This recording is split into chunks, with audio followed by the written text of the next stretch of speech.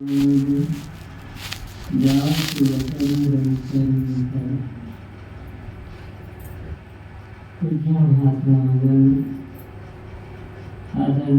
सत्संग प्रेमी सज्जन वृंद तथा आदरणीय माताओं एवं बहनों, सबों को प्रणाम।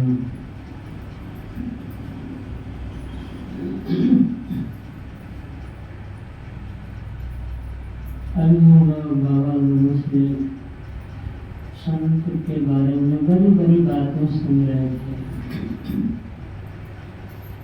बिल्कुल ठीक।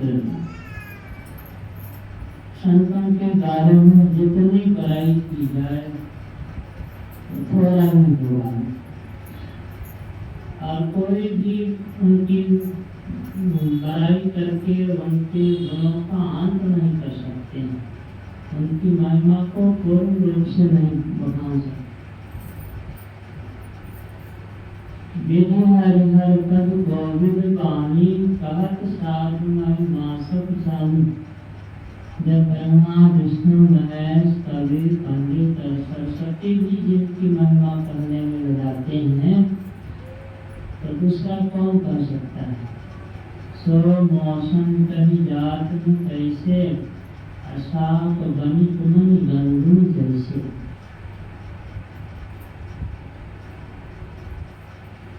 संत की महिमा संत ही जाने और नेकी कही गाली। ताकि साही जान पंडित रहो संत शरणाई। संत की महिमा को संत ही जान सकते हैं, ठीक ठीक संत ही जान सकते हैं और कोई नहीं। कैसे होते हैं संत? जानो संत अनंत समान, अनंत तुल्य, अनंत यानी परमात्मा, अनंत जिनका अंत नहीं, अंत नहीं, अंत रहे तो परमात्मा। उनके जैसा संत तो उनकी महिमा कीर्ति भी अनंत। सुन साधु के गुण देते, कहीं सबै सारद सुखी देते। भगवान कहते हैं कि नारद जी, संतों के जितने गुण हैं उसको शारदा भी नहीं कर सकती है। उसी में से थोड़ा सा मैंने कहा, भगवान के कहने का मतलब कि जिनकी महिमा कांत में उसी में से थोड़ा सा वर्णन किया संत कैसे होते हैं। तो सुन ही रहे थे कि 6 विकारों को जीते हुए पाप रहित, निष्काम, इच्छा रहित,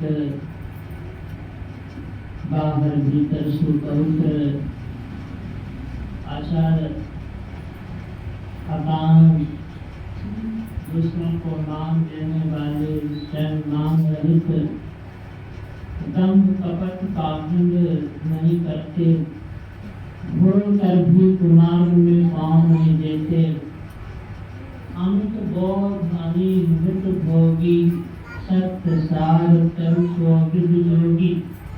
कितना ज्ञान रखते हैं जिसका था नहीं। अमित बोध अनी मृत भोगी, अनिच्छा रहित, मृत भोगी, मृत भोगी मैंने थोड़ा लेने वाले, थोड़े से आघा जानने वाले, ऐसे होते हैं। सत्य सार कवि कोविद जोगी, सत्य के सार रूप, सत्य के सार रूप, सत्य यानी परमात्मा। यहाँ पर सत्य के सार रूप से मतलब उनका हर बात सत्य, सदाचार में, मैं सत्य में, बोलना, सुनना, खाना, पीना, हर बात जितना व्यवहार सब सत्य में, सब में सत्यता ऐसे होती है। ऐसे सत्य की बहुत महिमा, पूरा ग्रंथ उसी की महिमा में भरे पड़े हैं। लेकिन उस सत्य का मूर्त रूप देखना हो तो संत को देखिए, सत्य का मूर्त रूप देखना हो व्यवहार उनका सत्य से भरा हुआ। कवि होते हैं, विद्वान होते हैं, योगी होते हैं, बहुत बहुत। तो ये सब संत के लोग। परंतु साहब तो संत तुलसीदास जी महाराज ने कहा संत भगवान का अंतर निरंतर नहीं, संत और भगवंत में कोई अंतर नहीं। और परंतु साहब ने कहा कि सब में बड़े हैं संत, संत भगवान से भी बड़े होते हैं। सब में बड़े हैं संत, 200 नाम है, ईश्वर 10 अवतार, तिन्हें प्रणाम है, ब्रह्मा विष्णु महेश सकल संसार है, हरिहारे पवित्र सबके ऊपर संत मुकुट सरदार। शेष महेश गणेश जहाँ रवि विष्णु ग्रंथित केशव शाम। तो भगवान में कोई अंतर नहीं, संत परमात्मा ही। और कहीं परमात्मा से भी कहा राम सिंधु सज्जन धीरा चंदन करोड़ संत समीरा। परमात्मा समुद्र रूप और संत बादल रूप। परमात्मा चंदन वृक्ष रूप और संत पवन रूप। यहाँ पर समुद्र से बढ़कर बादल का उपकार बतलाया। समुद्र एक जगह रहता है, अथाह जल तो रहता है, फिर भी दुनिया वर्षा के बिना तरसती है। संत बादल बनकर संपूर्ण संसार में घूम घूम कर लोगों को तृप्त करते हैं, परमात्मा ज्ञान से तृप्त करते हैं। तो उपकार में परमात्मा से भी ज्यादा उपकार संत का हुआ। उपकार के क्षेत्र में संत विशेष, परमात्मा से भी विशेष। और महिमा को परमात्मा जानो, संत अनंत से बढ़कर दूसरा के। तो ये सब संत के लक्षण हैं। हम लोग ये संत की महिमा का पाठ हुआ, रामायण से, वचन से, बाबा लोगों से भी बहुत हम लोगों ने सुना। तो ये सब पढ़ने सुनने का से हम लोग क्या सीख लेना चाहिए कि हम लोग संत मत की अगुवाई है, संत के संतान हैं, तो हम लोगों में भी संतों का कुछ कुछ गुण आना चाहिए, कुछ कुछ गुण आना चाहिए। और होते होते जब संतों के संपूर्ण गुणों से गुणान्वित हो जाएंगे तो हम भी संत बन जाएंगे। ऐसा एकाएक नहीं होगा, एक ही जीवन में नहीं होगा, बहुत जन्मों से उन गुणों को धारण करते करते तब ऐसा होगा।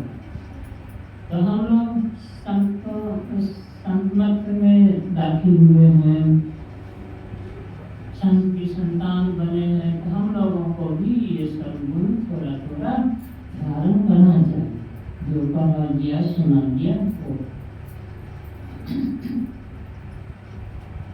क्या पढ़ा दिया? समर्थ जी को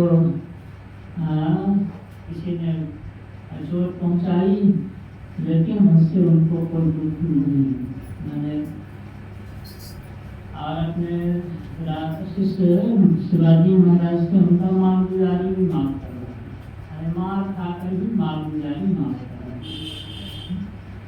दूसरी कथा कि तुम्हारी ने कोटना से मारा और उनको कोई दोष नहीं, भगवान से प्रार्थना करते हैं कि उस माई के अंदर बहुत अंधकार भरा हुआ है, तो उसके हृदय को प्रकाशित कर दीजिए। उस माई का हृदय परिवर्तन हो गया। तो हम लोगों को क्या करना चाहिए? हमारे साथ भी कोई ऐसा करे, हमको क्या करना चाहिए? सहना चाहिए।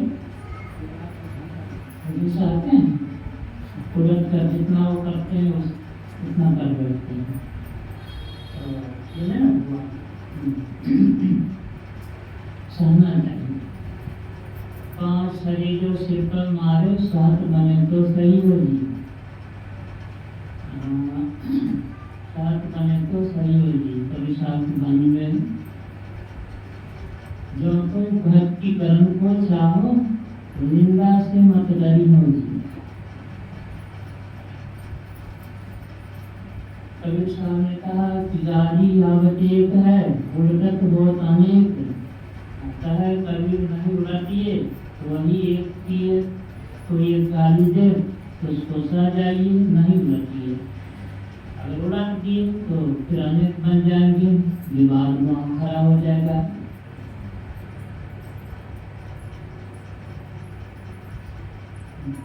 गांधी जी ने कहा, ईसा मसीह ने कहा, कोई एक गाल पर थप्पड़ मारे तो दूसरा गाल आगे कर दो, इस पर भी मार। तो ये सब बड़े हैं। करना तो बड़ा आसान होता है, लेकिन करना आसान नहीं है। इस पर बरतना आसान नहीं है। तो सत्संग करते करते ये सब गुण आते हैं, जरूर आते हैं, कुछ ना कुछ जरूर आते हैं। और थोड़ा थोड़ा होते होते दिन बड़ा हो जाता है। इसलिए गुरु महाराज जी ने कहा कि बराबर सत्संग करो। सत्संग में बहुत तरह की बातें होती हैं, तो उसी में से एक विषय ये भी संत कैसे होते हैं, सो विषय पर भी पाठ होता है, प्रवचन होता है।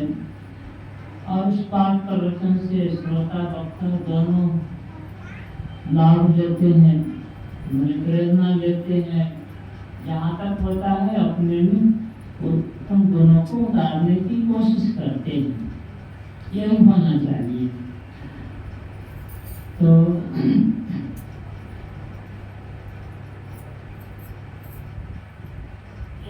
संत कैसे होते हैं, सो तो अभी हम लोगों ने बड़ी परिभाषा सुनी। एक संत कैसे होते हैं, कहीं कहीं सुनते हैं लोग कहते हैं बाबा हमारे परिवार हमारे घर में सब संत हैं, हमारे घर में सब संत हैं। तो वो कैसा संत है? मतलब सब वैष्णव है, सत्संग करने वाले हैं, अच्छे हैं, ये इसलिए कहते हैं सब संत है। तो हम लोग कैसे संत हैं? ऊपर बैठे हुए, नीचे बैठे हुए, कैसे संत हैं? कैसे ही संत हैं, सब संत हैं। मन सत्संग करते हैं, जहाँ तक होता है संयम नियम में बरतते हैं, खान पान ठीक है तो संत मानते हैं। चलिए अभी कुछ हद तक ठीक ही है, लेकिन असली संत कैसे होते हैं? तो बहुत बड़े होते हैं, उसके बढ़कर परमात्मा को अंजन शांति को प्राप्त कर लिए, परमात्मा को प्राप्त कर लिए, भक्ति पूरी कर ली, जिनके जीवन में अब दुख नाम की चीज नहीं है, बिल्कुल शांतिमय सुख जिनके अंदर विराजता है, वो संत होते हैं। लाभ कष्ट या पढ़ने पर भी विचलित नहीं होते।